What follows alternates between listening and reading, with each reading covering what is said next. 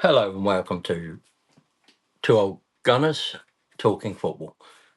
I am Statman Rich, and today's podcast is on the penalty system that FIFA employ and the one that they got rid of. So without further ado, let's get into this straight away. The team that takes the first penalty in a shootout has a significant statistical advantage. This isn't a wild conspiracy theory, it's a fact proven by academic studies analysing decades of data. For years, football's governing bodies, including FIFA, have been aware of this imbalance at the heart of their beautiful game. They knew the coin toss before the shootout was often more decisive than the kicks themselves. And for a brief, shining moment, they even had a solution, a system called ABBA, designed to erase the unfair advantage and make the shootout a true test of skill. But after a few quiet trials, it just vanished. It was buried, and the official reason they gave is so flimsy it seems to hide a much darker truth. This is the story of that solution and the secret war waged by football's elite to make sure the underdog never truly gets a fair fight. The problem, the cruelest coin toss. To understand the theory, you first have to understand the crime. And the crime is the penalty shootout. As we know it, the ABAB or ABAB system. For decades, it's been the accepted, if dreaded, way to break a deadlock. Team A kicks, then Team B kicks. Simple. Alternating. It seems fair, right? A perfectly balanced duel. But beneath that simple veneer lies a deep corrosive bias.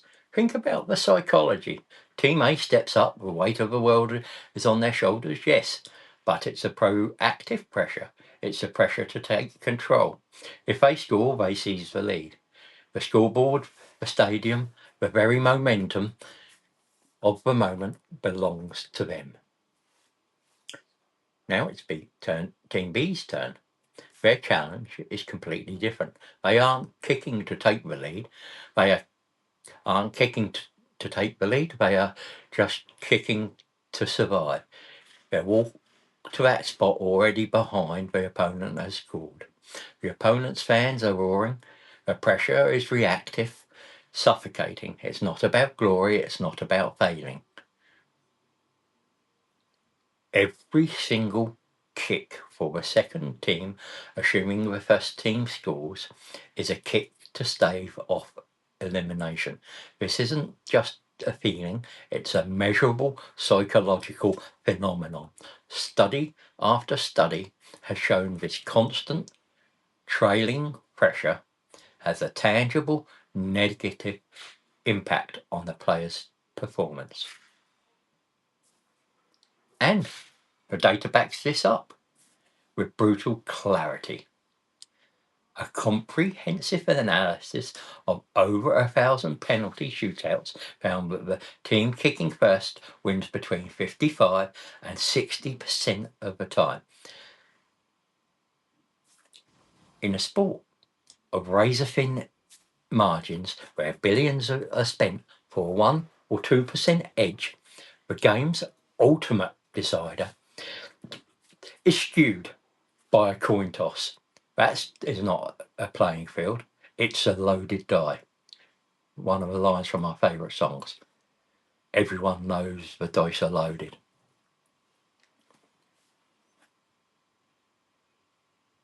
How many moments in football history have been decided by this? Think of the 1994 World Cup final. Italy have battled Brazil to a standstill. Brazil kicks first. The legendary Brazil to a standstill kicks first. Their legendary captain Franco Baresi skies his penalty. Brazil scores.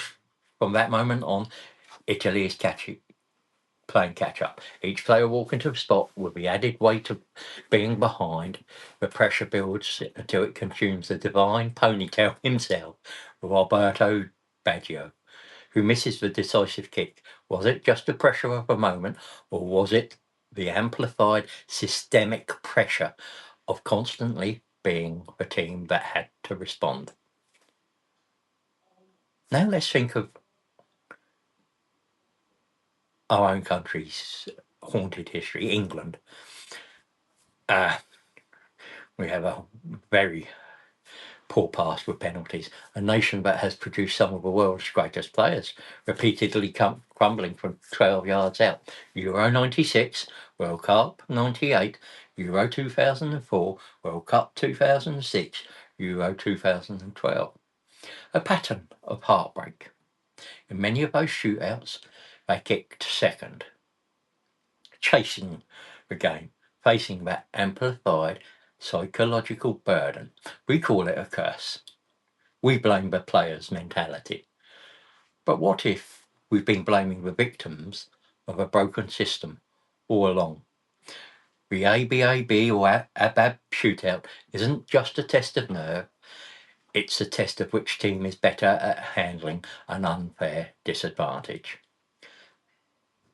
And more often than not, that favours the teams with more experience, the players who have been on the biggest stages before.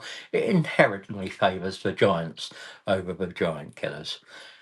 The authorities knew it, the statisticians knew it, and for a fleeting moment it looked like they were actually going to do something about it.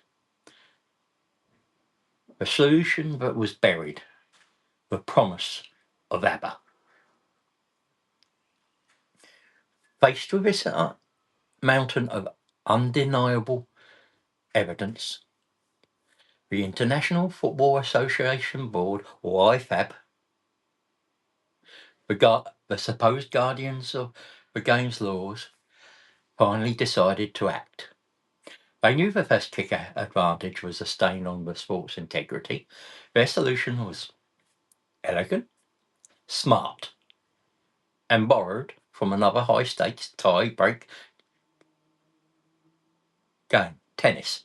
They called it the ABBA system. The concept was simple but revolutionary.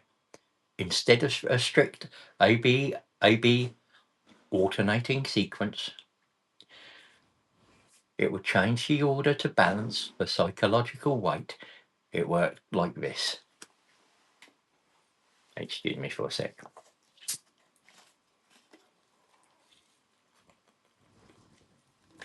Team A takes the first kick, but then Team B takes 2 consecutive kicks. Then Team A takes 2. The pattern continues. A, B, B, A, A, B, B, A, until there's a winner. Why was this fairer? Because it brilliantly solved the core problem. Think back to that crushing pressure on Team B, always having to kick just to stay in the game. In the ABBA system, that's shattered. After Team A's first kick, Team B has an immediate chance not just to equalise, but to take the lead. Reactive pressure is immediately lifted and transferred for the first team. The team kicking second has a chance to apply pressure of their own. Imagine it. Team A scores 1-0. Under the old system, Team B is desperate. Under ABBA, Team B steps up. If they score, it's 1-1. But they get to go again. Suddenly they have a chance to make it 2-1. Now all the pressure is on Team A. This system ensures that neither team is ever stuck in a perpetual state of catching up. This wasn't just a theory. In 2017, it was put into practice. UEFA and the English Football League began trialling the ABBA system in various youth and cup competitions, they needed to see if it worked in the real world, with real trophies on the line. The initial results were promising. While the sample size was small, the statistical bias seemed to vanish. Early analysis suggested the win rates in ABBA shootouts were hovering much closer to a true 50-50 split. It appeared to be working. It had seemingly neutralised the unfair advantage of the coin toss. It seemed inevitable that this new, fairer system would be rolled out across the sport. For any fan of an underdog nation, this was a moment of incredible hope. Pardon me. The ABBA system was a great equaliser. It gave less experienced teams, the ones more susceptible to the psychological warfare of the old format, a genuine fighting chance. It was logical, it was tested, and it appeared to be fair. And then, just as quickly as it arrived, the game's elite killed it. The official story, the confusion excuse.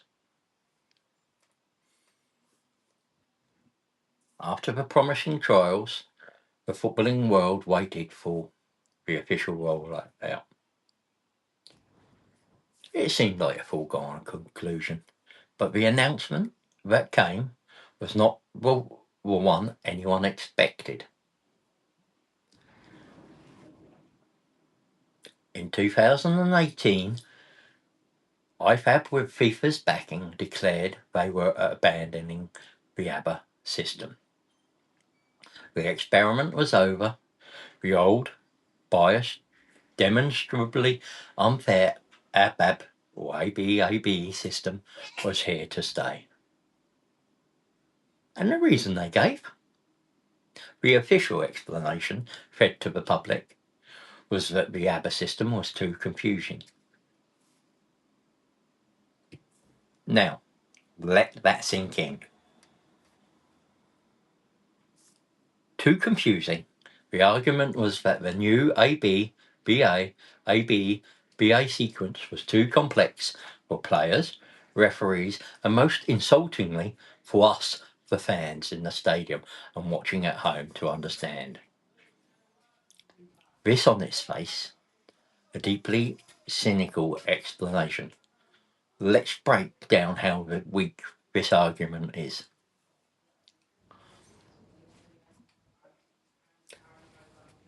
First, the players. These are elite athletes whose careers are built on understanding complex tactics, high press systems, zonal marking, the ever changing offside rule. Are we seriously to believe that they can't remember who kicks a ball next in the sequence? My coach could explain in 30 seconds. It's insulting. Then the referees. These are officials who supposedly master a 150-page law book and navigate the labyrinth protocols of VAR. The idea that a simple kicking order would be beyond their grasp is laughable. They have assistants, a fourth official, and the ability to write down AB, BA on the notepad.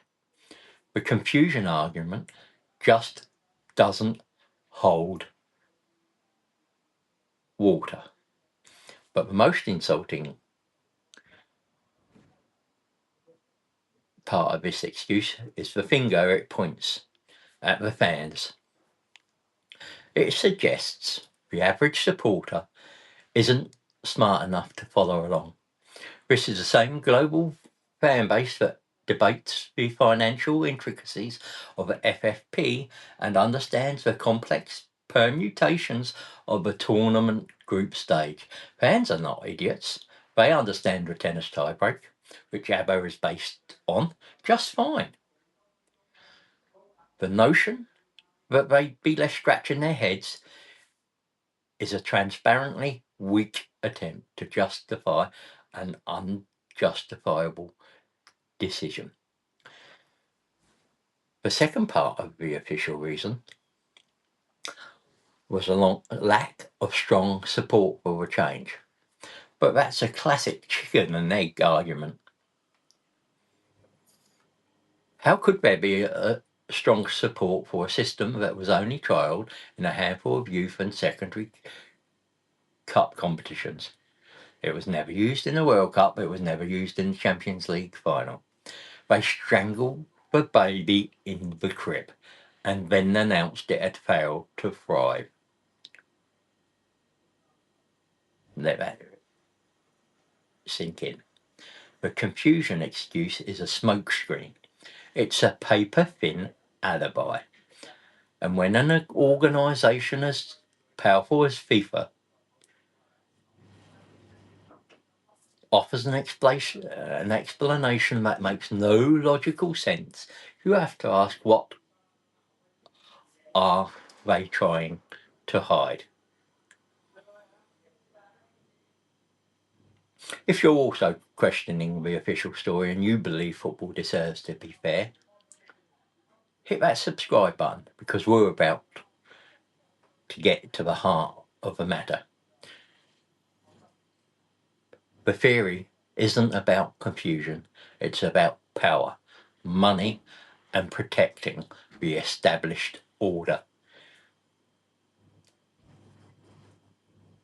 In this section, we're going to look at the evidence, the theory, and the real reason. So, if the confusion excuse feels like a lie, what's the truth? Why would the football establishment go to the trouble of designing, testing, and proving a fairer system, only to bury it? You won't find the answer in the press release. The answer, according to this theory, lies in what football has become. It has become a multi-billion-dollar entertainment industry. And in that industry, predictability is profit and upsets are a liability. The real reason the ABBA system may have been buried is that it worked too well. It made the penalty shootout too fair. And in doing so, it posed a direct threat to the financial model that underpins the modern game. So let's start with the argument. ABBA empowers the underdog. The old ABA B system, with its suffocating pressure on the second team, disproportionately harms smaller nations and clubs. These teams are often made of players who aren't global superstars. They aren't used to a relentless pressure cooker of a World Cup quarter-final when they're forced to kick second, always chasing the game. They are more likely to crumble. ABAB preys on inexperience. The ABBA system would have levelled that psychological playing field by balancing the pressure. It would have given that player from Ghana or Japan or Costa Rica the same mental starting line as the player from Germany or Brazil by neutralising the hidden advantage of the powerhouse nations. ABBA would increase the statistical probability of an upset. It would give the underdog a significantly better chance of winning. And this is precisely why it might have been so dangerous. So, this leads to the core of the theory. The business of big football. A modern World Cup is a colossal commercial enterprise. FIFA sells broadcasting rights for billions. The values of these deals is predicated on one thing above all: mass global viewership. And what drives that viewership? The stars. The casual fans tune in to see the big historic nations: Brazil, Germany, Argentina, France, England, and more. These teams are global brands. Their presence deep into a tournament guarantees blockbuster television ratings. Now, imagine a World Cup where the ABBA system is in place. In the round of 16, France goes to penalties, say against Senegal. Under the old system, France wins the toss, kicks first, and has a statistical edge. Their big game experience helps them see it through. The broadcasters get their stars into the quarterfinals. The ratings are secure. But under a truly fair 50-50 ABBA-style system, the odds shift. Suddenly, Senegal has a much more realistic chance of knocking out the champions. Maybe in the next round, a true 50-50 shootout sees another giant fall. A semi-final lineup of, say, Senegal versus South Korea and Morocco versus Australia would be an incredible sporting story. But for the broadcasters who pay billions and the sponsors who want their brand next to a global icon, it's a potential commercial disaster. Upsets are the soul of sport, but for the business of sport, they are a risk to be managed. The ABAB system, with its built-in bias, is one of the most subtle risk management tools that FIFA possesses. It's a hidden thumb on the scale, a quiet safety net to ensure more often than not the big teams, the marketable teams, survive the lottery of the shootout. The ABBA system threatened to remove that safety net. Let's go back. Let's take a look at the heroic Ghana team of 2010. On the cusp of becoming the first African semi-finalist, they lost to Uruguay in a shootout. Guess what? They kicked second. Was that a coincidence? Or was it a pattern? The predictable outcome of a system designed to favour the powerful. Of course, you will never find a document with Project Kill ABBA stamped on it. Power operates through plausible deniability. You run limited trials, then bury the idea under bureaucratic jargon like complexity and lack of support. You perform the execution in plain sight, but you call it a natural death. So, in conclusion, we are left where we started, with a penalty shootout system that we know with mathematical certainty is simply unfair. We had a problem. Cruel lottery of the ABAB shootout. We had a solution, the elegant, balanced and promising ABBA system. And the powers that be took that solution away, offering an excuse so weak it begs disbelief. They told us it was too confusing for players, for referees, for us, the fans. A ridiculous claim in a sport of immense complexity. They told us it lacked support after giving it no real platform to succeed. The official story simply doesn't add up. When you look past the flimsy excuses and follow the money, a much more cynical picture emerges. A picture of a global governing body that may prioritise profit over parity. A picture of an establishment that might view the underdog not as a romantic hero, but as a threat to a carefully constructed entertainment product. The ABBA system wasn't buried because it was confusing. The theory goes it was buried because it was too fair. It was a tool that could have helped David beat Goliath a little more often. And in the boardrooms where the real power in football lies, Goliath is simply too big to fail. So, the next time you watch a penalty shootout, the next time you see a player from a smaller nation walk to the spot with the weight of a statistical bias pressing down on him, remember the ABBA system. Remember the solution that was sacrificed, and ask yourself the question they don't want you to ask. Was the ABBA system truly too confusing football? Or was it a solution that was just a little too fair for those in power?